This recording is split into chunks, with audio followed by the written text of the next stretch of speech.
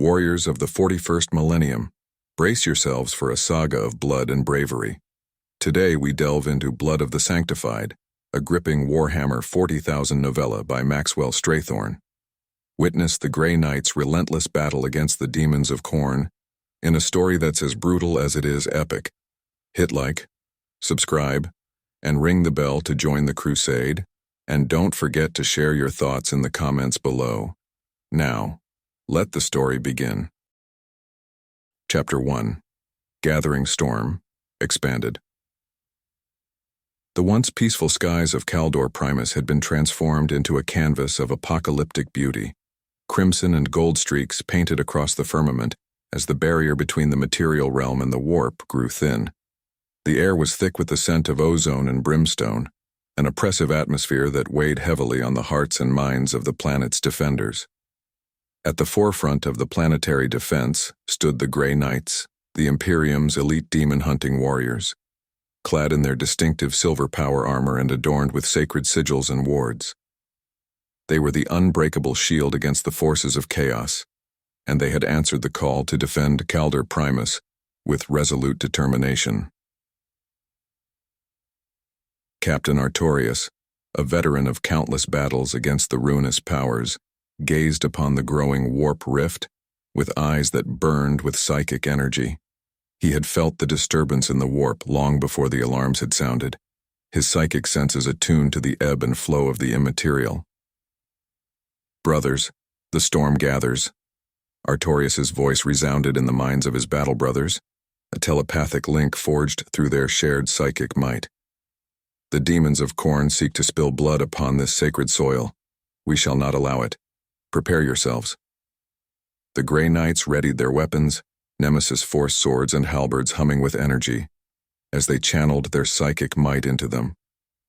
Stormbolters were loaded, and psychic wards were fortified, as they braced for the onslaught that was to come.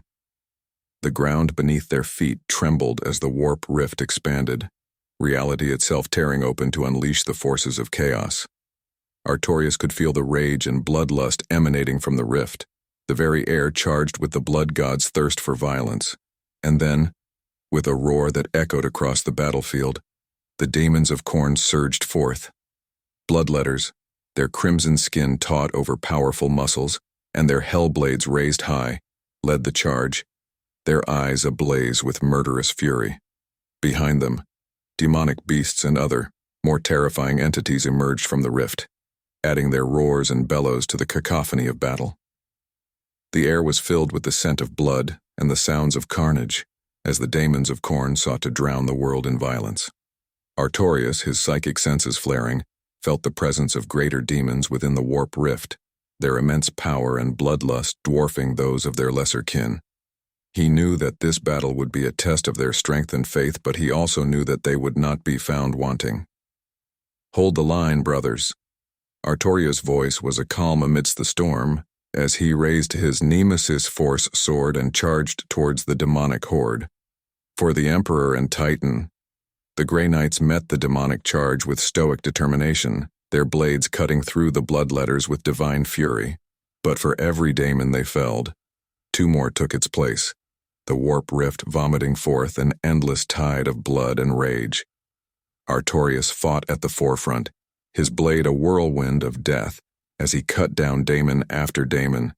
He could feel the blood god's gaze upon him, could feel the daemon's rage focused on him, but he would not falter. He was a Grey Knight, and he would hold the line or die trying. As the battle raged on, the warp rift continued to spew forth daemons, and Artorius knew that they needed to close it if they were to have any hope of victory. He rallied his brothers, his psychic might amplifying his voice as he called out to them. Brothers, we must seal the rift. Focus your psychic might, and together we shall banish these demons back to the warp. The Grey Knights, though battered and bloodied, responded to Artorius' call, their psychic might flaring as they focused on the warp rift. The air was filled with the sounds of battle and the roar of psychic energy, as they sought to close the gateway to the warp and banish the Daemons of Khorne. And as their psychic might converged upon the rift, Artorius could feel the tide of battle turning. The daemon's rage was met with divine fury, and for the first time since the battle began, the Grey Knights had the upper hand. But even as the warp rift began to close, Artorius could feel the presence of the greater demons on the other side, their rage and frustration palpable. He knew that the battle was far from over, and that the blood god's wrath was unquenched. "Steady, brothers." Artorius's voice was resolute, as he prepared himself for the battles yet to come. "The storm may gather, but we are the Emperor's fury, and we will not be broken." And with that, the Grey Knights stood ready, their blades raised and their psychic might flaring, as they awaited the next wave of demonic fury. The battle for Kaldor Primus had begun, and they would hold the line, or die trying. Chapter 2. Tide of Madness. The battlefield was a living nightmare, a maelstrom of psychic energy, clashing steel, and the roars of demonic entities. The air was thick with the scent of blood and brimstone, as the Grey Knights fought desperately to stem the tide of the Daemons of Khorne. The warp rift had begun to close under their concerted psychic efforts, but the demonic onslaught was relentless, their rage undiminished. Captain Artorius, standing at the eye of the storm, was a beacon of divine wrath. His Nemesis Force sword cleaved through demon flesh with every swing, and his psychic might lashed out, banishing the lesser daemons back to the warp from whence they came. Yet for every daemon that fell, 2 more took its place, an endless tide of rage and bloodlust. Around him, his battle brothers fought with equal fervor, their armor dented and scratched, but their spirits unbroken. The sacred wards inscribed on their armor glowed with psychic energy, protecting them from the worst of the demons' attacks. Yet, the sheer number of demons was overwhelming, and the Grey Knights were slowly being pushed back. Artorius could feel the presence of the greater demons on the other side of the warp rift, their frustration and rage growing with every passing moment. He knew that they were the true threat, the generals of Khorne's legions, and that they needed to be dealt with if they were to have any hope of victory. "Brothers, we must push them back. Focus your attacks and drive them into the warp rift." Artorius' voice was a beacon of command, his psychic might amplifying his words as he rallied his battle brothers. The Grey Knights responded with a roar of their own, their psychic might flaring as they redoubled their efforts. They fought like men possessed, their blades dancing through demon flesh as they pushed the demonic horde back towards the warp rift. Yet, as the demons fell back, a roar that shook the very ground beneath their feet erupted from the warp rift. The air was filled with the scent of blood and the roar of rage as a bloodthirster, one of Khorne's greatest demons, emerged from the rift. It stood towering over the battlefield, its skin the color of dried blood, and its eyes ablaze with murderous fury. In its hand, it wielded a massive axe, its blade stained with the blood of countless victims. The bloodthirster's roar was a challenge, a declaration of war, as it locked eyes with Artorius. Artorius, his psychic senses flaring, felt the bloodthirster's power and knew that this was the battle they had been waiting for. He stepped forward, his blade raised, and met the bloodthirster's gaze with a glare of his own. "Brothers with me, for the Emperor." Artorius' voice was a roar of defiance as he charged towards the bloodthirster, his blade raised high. The Grey Knights followed their captain with a roar of their own, their blades raised as they charged towards the bloodthirster. The air was filled with the sounds of battle and the roar of psychic energy as they met the bloodthirster in combat. Artorius fought with a fury he had never known, his blade dancing through the air as he struck at the bloodthirster. The demon was fast despite its size, and its axe was a whirlwind of death, but Artorius was a Grey Knight, and he would not be denied. The battle raged on, a dance of death between the Grey Knights and the bloodthirster, as the rest of the demonic horde was pushed back into the warp rift. The ground was stained with blood, both demon and human, as the Grey Knights fought to banish the bloodthirster back to the warp. And then, with a roar of rage and frustration, the bloodthirster struck out, its axe catching Artorius across the chest, his armor held, the sacred wards protecting him from the worst of the blow, but he was sent sprawling across the battlefield. Artorius's vision swam, and he could feel the bloodthirster's rage focused on him, but he would not be defeated. He rose to his feet, his blade raised, and charged back into the fray, his psychic might flaring as he struck out at the demon. The battle raged on, a brutal dance of death as the Grey Knights fought to banish the bloodthirster and close the warp rift once and for all. The tide of madness had been unleashed, but the Grey Knights would not be broken, and they would hold the line or die trying. In the back of his mind, Artorius knew that this was but the first of the greater demons they would face, but he also knew that they would face them together, as brothers, and that they would emerge victorious, for they were the Emperor's fury and they would not be denied. Chapter 3. The Crucible of Wrath. The air was filled with the deafening roars of battle as the Grey Knights clashed with the bloodthirster in a symphony of violence and psychic energy. The ground trembled underfoot, saturated with the blood and ichor of countless fallen demons and the few Grey Knights who had given their lives in service to the Emperor. Captain Artorius, despite the brutal wound delivered by the bloodthirster, fought with a relentless fury. His psychic might burned like a beacon in the warp, pushing back against the tide of demonic rage. His power armor, dented and scratched, bore the sacred wards that glowed ever brighter, shielding him from the worst of the demonic fury. Yet, even the might of a Grey Knight has its limits, and Artorius could feel his strength waning with every swing of his blade. The bloodthirster, a manifestation of Khorne's unbridled rage, was an opponent like no other. Its massive form moved with a terrifying grace, its blood-stained axe cleaving through the air with a hunger for death. Its eyes burning with a malevolent fire fixed upon Artorius, recognizing in him a worthy foe. Around them, the rest of the Grey Knights fought with a desperate determination. Their psychic might focused on closing the warp rift, even as they battled the lesser demons that sought to overwhelm them. They moved as one, a brotherhood forged in the fires of battle, their blades and psychic powers acting in concert to hold back the tide of chaos. But the bloodthirster was relentless. It fought with a rage that was unquenchable, its every strike meant to kill. Artorius, his reflexes honed over centuries of warfare, parried and dodged, his nemesis force soared a blur as he fought back with every ounce of his strength. His psychic powers lashed out, seeking to banish the demon back to the warp. But the bloodthirster was strong, its connection to the material realm bolstered by the bloodshed around it.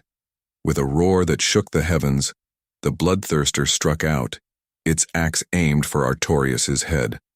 But Artorius, fueled by his faith and fury, managed to raise his blade in time, catching the blow on his sword. The force of the impact sent shockwaves through the ground, and Artorius could feel his bones rattle within his power armor. But he held on, his psychic might flaring as he pushed back against the bloodthirster's strength. The bloodthirster roared in frustration, its rage amplified by the resistance of the Grey Knights. It struck out again and again, each blow meant to crush Artorius and his battle brothers. But Artorius stood firm, his body aching, his strength fading, but his spirit unbroken. And then, with a burst of psychic energy, Artorius pushed back, his blade cutting through the bloodthirster's flesh, sending ichor spraying across the battlefield. The bloodthirster roared in pain and rage, but Artorius did not let up. He struck out again, his blade finding its mark, cutting through demon flesh and bone. The bloodthirster staggered back, its form beginning to unravel as the Grey Knight's psychic might took its toll. Artorius, his energy spent, fell to his knees, his sword planted in the ground beside him. He had given everything, fought with every ounce of his strength, and he knew that he had played his part in the battle. Around him, the rest of the Grey Knights continued to fight, their blades and psychic powers focused on banishing the remaining demons and closing the warp rift. The tide of madness had been stemmed, the bloodthirster banished back to the warp, but the battle was not yet won. Artorius, his vision fading, knew that he had played his part, but he also knew that the battle was far from over. The greater demons of Khorne were still out there, and the Grey Knights would need to be ready. They had won the day, but the war was far from over. With a final effort, Artorius rose to his feet, his blade in hand, and joined his battle brothers in the fight. The Crucible of Wrath had been faced, and the Grey Knights had emerged victorious, But the war for the soul of the Imperium raged on, and they would be ready. Chapter 4. The Looming Storm. In the aftermath of the brutal confrontation with the Bloodthirster, the battlefield lay eerily silent, strewn with the remnants of the demon forces that had spilled forth from the warp rift. The air, once filled with the cacophony of battle, now hung heavy with the stench of blood and brimstone. The Grey Knights, though victorious, were not unscathed.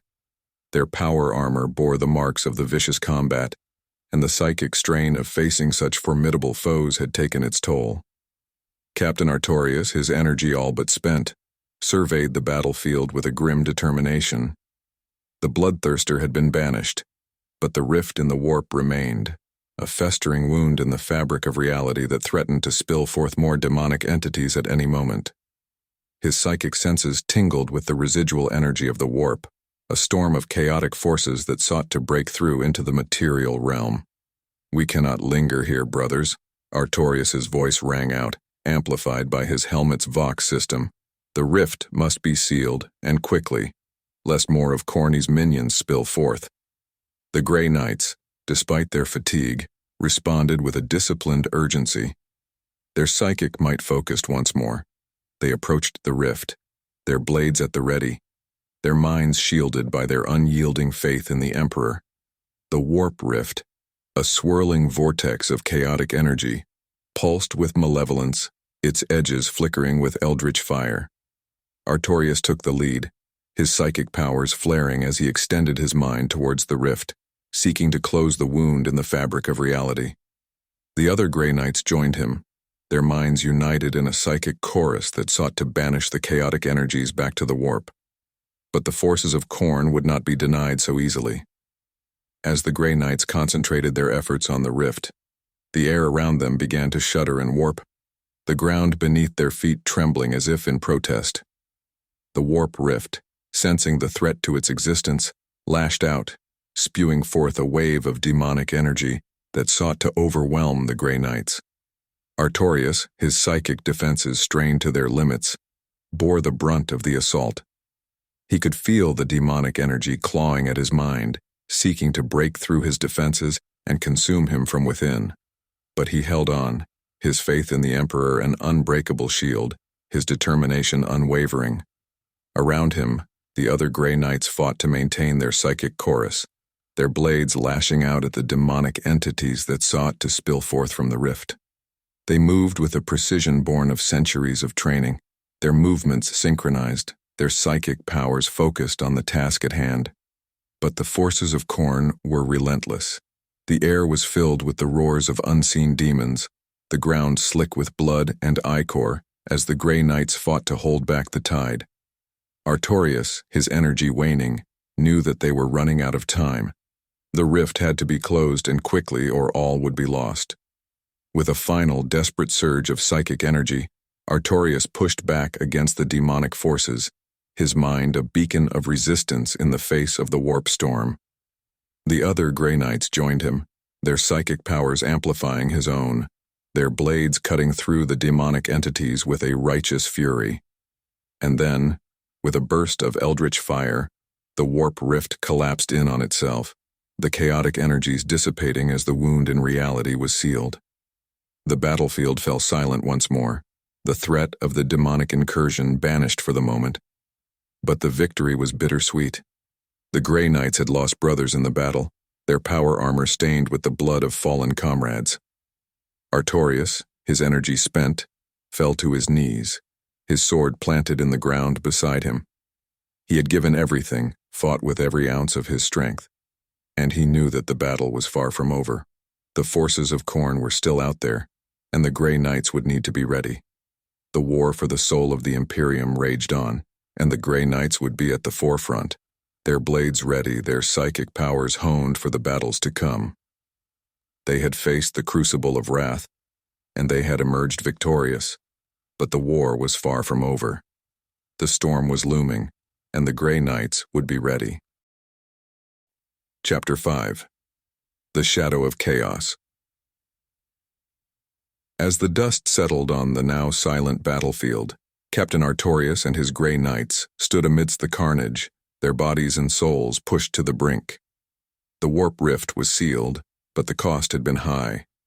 Brothers had fallen, and the psychic backlash of battling such potent demonic entities left the surviving knights weakened. Artorius himself felt the toll of the battle more than any. His psychic powers had been stretched thin, his physical strength nearly depleted. His armor, once pristine and shining with the holy light of the Emperor, was now battered and smeared with the ichor of demons. He took a moment to center himself, drawing upon the last reserves of his strength, before turning to address his brothers. Brothers, the rift is sealed, and the immediate threat is quelled, but our duty is far from over. We must remain vigilant, for the shadow of chaos lingers. His voice, though strained, carried the weight of command, and the Grey Knights responded with a silent nod.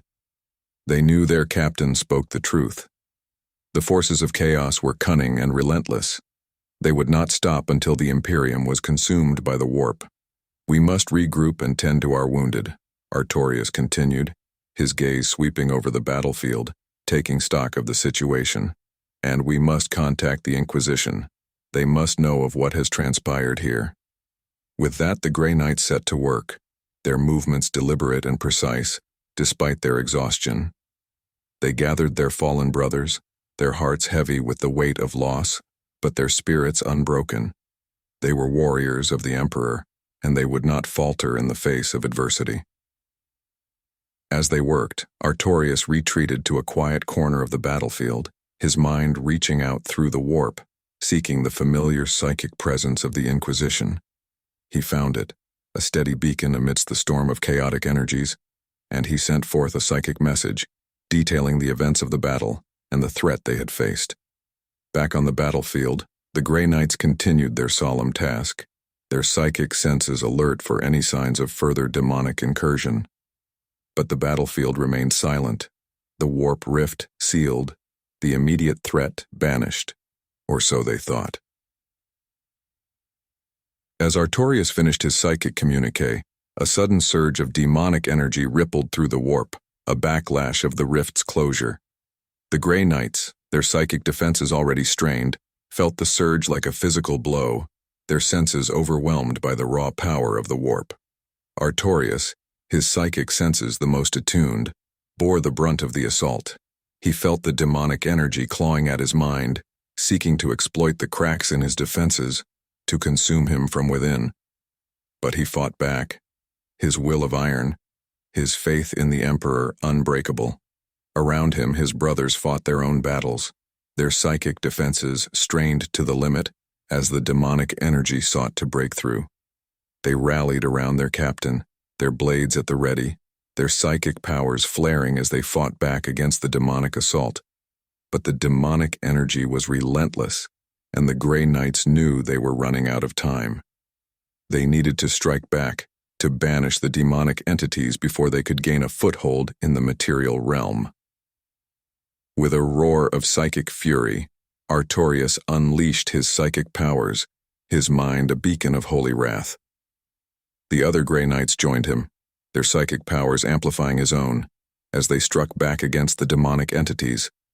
The battlefield erupted with psychic energy, the air crackling with power as the Grey Knights fought back against the demonic assault.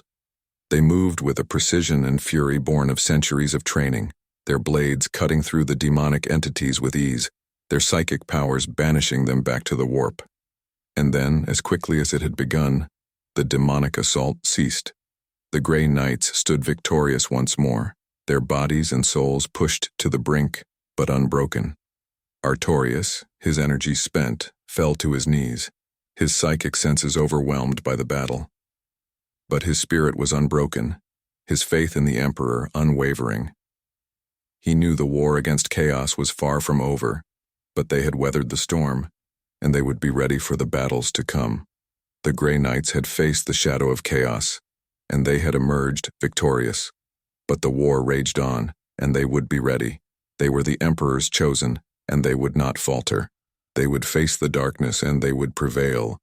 For the Emperor and the Imperium, they would fight to the very end. Chapter 6. The Echoes of Battle. The battlefield, once a cacophony of battle cries, the clash of weapons, and the roar of psychic energies, now lay silent, the only sound the gentle hum of the Grey Knight's power armor. The surviving warriors were spread across the field, attending to their wounded and gathering their fallen.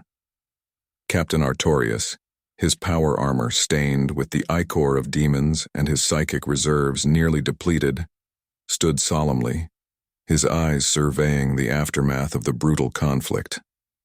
The ground was scorched, the remnants of demonic entities dissolving into foul smoke as they were banished back to the warp. The air was heavy with the stench of burnt flesh and corrupted blood, a visceral reminder of the battle's brutality. The Grey Knights, though victorious, bore the scars of the conflict, their armor dented and scratched, their bodies weary from the relentless onslaught.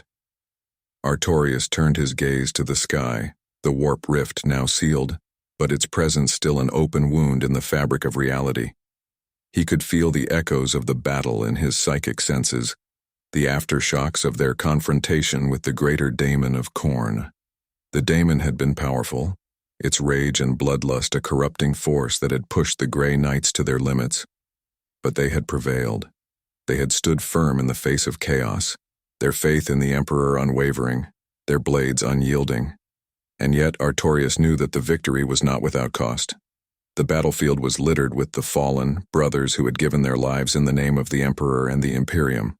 He felt a surge of grief and pride as he looked upon the fallen, their armor still radiating the holy light of the Emperor. They had fought valiantly, and they had not faltered. They had faced the demon and its hordes, and they had prevailed. But the victory was not his alone. The Grey Knights had fought as one, their psychic powers and martial skills complementing each other, a symphony of destruction that had overwhelmed the daemonic forces. Artorius felt a surge of gratitude towards his brothers, their bond forged in the crucible of battle, unbreakable and eternal. He took a deep breath, centering himself, drawing upon the last reserves of his strength. The battle was won, but the war was far from over. The forces of chaos were relentless, and the Grey Knights would need to be ready for the next confrontation. He turned to his brothers, his voice steady and commanding, despite the exhaustion that weighed him down. "Brothers, the battle is won, but we must remain vigilant. The forces of chaos are relentless, and we must be ready to face them again." He paused, his gaze sweeping over the battlefield, taking in the sight of his fallen brothers. "But first we honor our fallen. They have given their lives in service to the Emperor and the Imperium, and we will not forget their sacrifice." The Grey Knights gathered around their fallen, their heads bowed in respect. They recited the litany of the fallen, their voices resonating with the power of their faith, a final farewell to their fallen brothers. And then, with a final salute, they turned their attention back to the battlefield, their senses alert for any signs of further demonic incursion.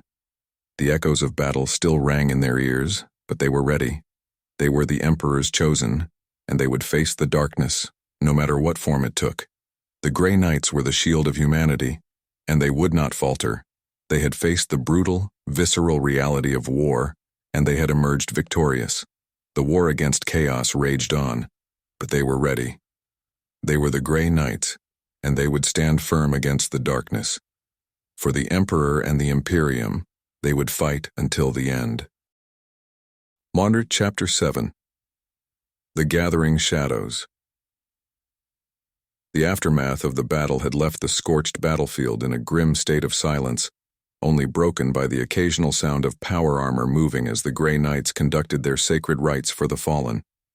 Captain Artorius, his armor heavily damaged and his psychic energies nearly depleted, took solace in the fact that the rift had been sealed and the demon banished, but he knew the war was far from over.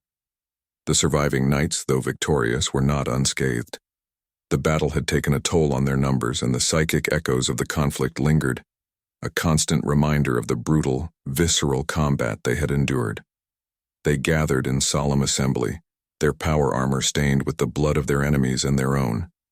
As they recited the litanies of purification and victory, Artorius, his gaze fixed on the horizon, sensed a disturbance in the warp. The rift was closed, but the echoes of the daemon's presence lingered, a dark stain on the fabric of reality. He could feel the gathering shadows, the forces of chaos regrouping, their rage and hatred undiminished by their defeat. The air was heavy with the scent of burnt flesh and corrupted blood, a tangible reminder of the daemon's presence. The ground beneath their feet was scarred and broken, testament to the fury of the battle. The Grey Knights, their armor battered and their bodies weary, stood as sentinels against the darkness, their resolve unbroken. But Artorius knew that they could not afford to linger. The forces of chaos were relentless, and the Grey Knights needed to be ready for their next encounter. He turned to his brothers, his voice imbued with the authority of his rank and the weight of his experience. "Brothers, we have won a great victory today, but the war is not yet won. The forces of chaos are regrouping, and we must be ready to face them."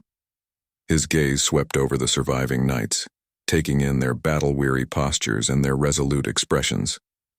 "We have shown them that we will not falter, that we will stand firm in the face of their onslaught. But we must remain vigilant, for the enemy is cunning and relentless." He paused, his eyes locking onto each of his brothers in turn. "We will honor our fallen, for they have given their lives in service to the Emperor and the Imperium, but we will also prepare for the next battle, for it is coming, and we must be ready." With that, Artorius turned and led his brothers away from the battlefield, their footsteps echoing in the silence. They left behind the burnt and broken landscape, the fallen demons dissolving into foul smoke as they were banished back to the warp. But as they left, the shadows gathered, the forces of chaos undeterred by their defeat. The war was far from over, and the Grey Knights knew they would be called to fight again. They were the Emperor's chosen, and they would stand firm against the darkness, no matter what form it took. As they boarded their strike cruiser, the psychic echoes of the battle lingering in their senses, Artorius made a silent vow. They would be ready for the next battle, and they would face the darkness with blades drawn and psychic powers at the ready. For the Emperor and the Imperium, they would fight until the end, and they would not falter. The Grey Knights were the shield of humanity, and they would stand firm against the gathering shadows. Epilogue: The Price of Victory. In the dark, cold expanse of space, the strike cruiser, Sword of Titan, glided silently, carrying the battle-weary Grey Knights back to their fortress monastery.